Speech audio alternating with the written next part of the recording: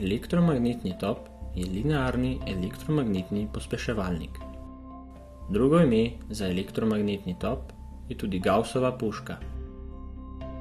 Ime je dobila po nemškem matematiku Karlu Friedrichu Gaussu, ki je prvi matematično opisal učinek magnetnega pospeševalnika v 19. stoletju.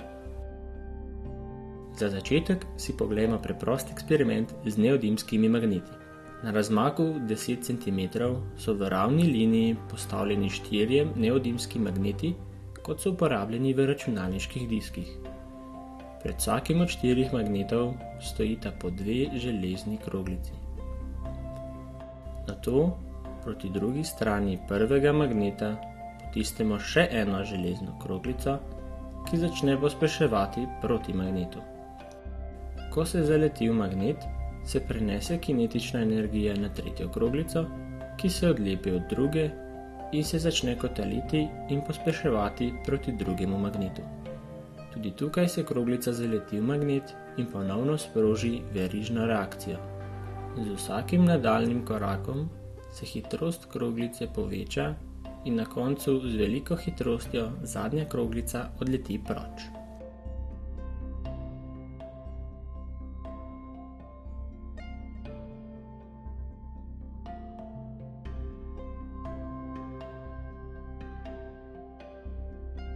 Na hitrost in daljino izstrelka lahko vplivamo z močnejšimi magneti, različnim številom kroglic in spreminjanjem razdalje med magneti. To je osnova Gaussove puške. Ker pa je praktična aplikativnost takega eksperimenta omejena, je norveški znanstvenik Christian Birkeland leta 1904 na istem principu razvil elektromagnetni top. Osnovna komponenta je tuljava. Tuljava je gosto navitje žice, ki ga priklopimo na vir električnega toka. Tuljava ob vklopu toka začne proizvajati magnetno polje, ki ga lahko preprosto izklopimo ali vklopimo. To pa je seveda glavna prednost, saj lahko reguliramo moč izstrelka, pa tudi delovanje zanesljivejše, saj ne vsebuje gibljivih delov. Birkeland je tako izboljšal Gaussov eksperiment z zanimivim področjem induktivnosti in energije magnetnega polja. Temelj induktivnosti je Faradayev zakon ali indukcijski zakon, ki pravi, da je pri magnetni indukciji inducirana napetost I v zaključeni zanki premo sorazmerna hitrosti spreminjanja magnetnega pretoka φm skozi površino te zanke. Do danes se je področje elektromagnetike dobro razvilo in je nujen del našega življenja. Tako imamo transformatorje, generatorje, elektromotorje, zvočnike, brezžično polnjenje baterij in tako dalje. Kako deluje elektromagnetni top? Imamo neprevoden, ponavadi plastičen tulec, ki deluje kot cev puške. Nujno mora biti neprevodna, sicer bi se magnetno polje izničilo v notranjosti. Okrog cevi navijemo bakreno žico, s čimer dobimo tuljavo. Paziti moramo, da na enem koncu tuljave ni navitja. Tam bomo naložili naš izstrelek, mora biti iz feromagnetnega materiala, kar pomeni, da je občutljiv na magnetno polje.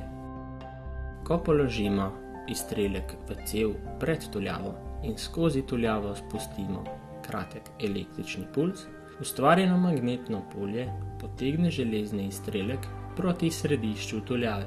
Tu je zelo pomembno, da izključimo napetost, preden izstrelek pride do sredine tuljave, saj bi se v tem primeru ustavil. Več navojev ima tuljava, močnejše je magnetno polje, pri tem pa ne smemo pretiravati.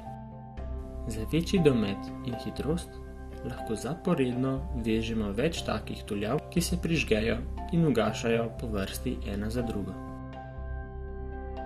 Pa si poglejmo elektromagnetni top, ki sem ga izdelal doma. Najprej s prednje strani. Zgoraj imamo cev puške, v katero naložimo izstrelek. Pod njo se nahaja led zaslon, ki ima vgrajen multimeter. Tako izmerimo napetost v kondenzatorjih. Na levi je nosilec baterijskega vložka, v katero postavimo 1,5 voltno AA baterijo, iz katere se napajata kondenzatorja. Na desni sta dva gumba. S tiščanjem na spodnji gumb napolnimo kondenzatorja, s pritiskom na zgornjega pa tok steče v tuljavo. Zadaj sta pritrjena kondenzatorja s kapacitivnostjo 680 mikrofaradov in prebojno napetostjo 200 voltov. V notranjosti lahko vidimo vezje, vzeto iz bliskavice fotoaparata za enkratno uporabo, s katerim polnimo kondenzatorja, LED zaslon z voltmetrom, relé za sprostitev kondenzatorjev in samo navitje žice, cev. Notri se tudi nahaja priklop za 9 voltno baterijo, ki napaja LED zaslon in relé. Poglejmo si delovanje topa. V notranjosti priklopimo 9 voltno baterijo in škatlo zapremo.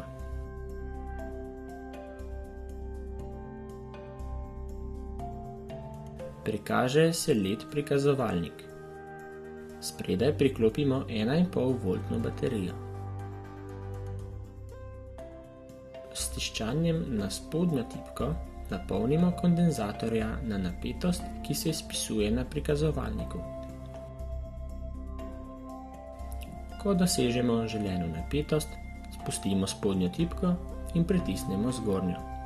S pritiskom se začne izstrelek približevati tuljavi. V tem trenutku se zgodita dve stvari. Induktanca tuljave se zvišuje in izstrelek postane namagneten. Namagneten izstrelek se privlači s tuljavinim magnetnim jedrom, kar ga pospešuje. Najvišja točka procesa je, ko izstrelek doseže sredino tuljave, kjer bi nadaljnje premikanje zmanjšalo induktanco tuljave.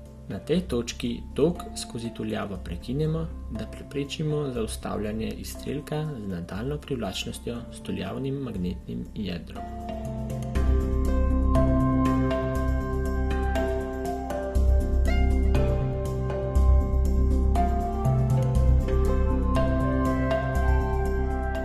Ob priklopljenem ampermetru lahko izmerimo tudi tok, ki steče s tuljavo.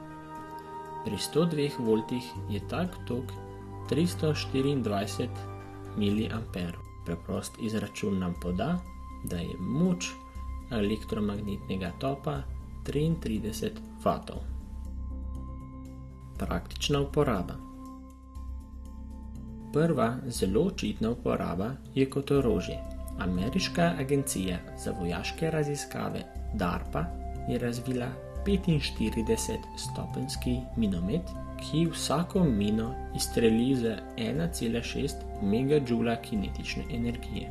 Agencija prav tako razvija elektromagnetni katapult za letala na letalonosilkah, ki bi nadomestil obstoječe parne katapulte.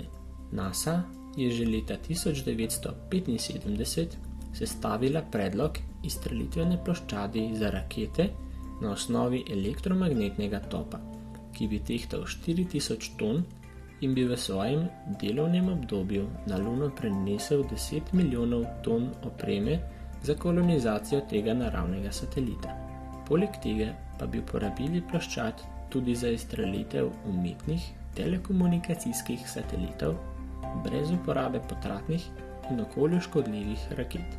Ideja je zanimiva predvsem iz fizikalnega vidika, saj bi bilo magnetno polje tako močno, da bi tovor v tuljavah preprosto lebdel, kar bi pomenilo, da ni trenja, kar posledično pomeni manj potrate energije.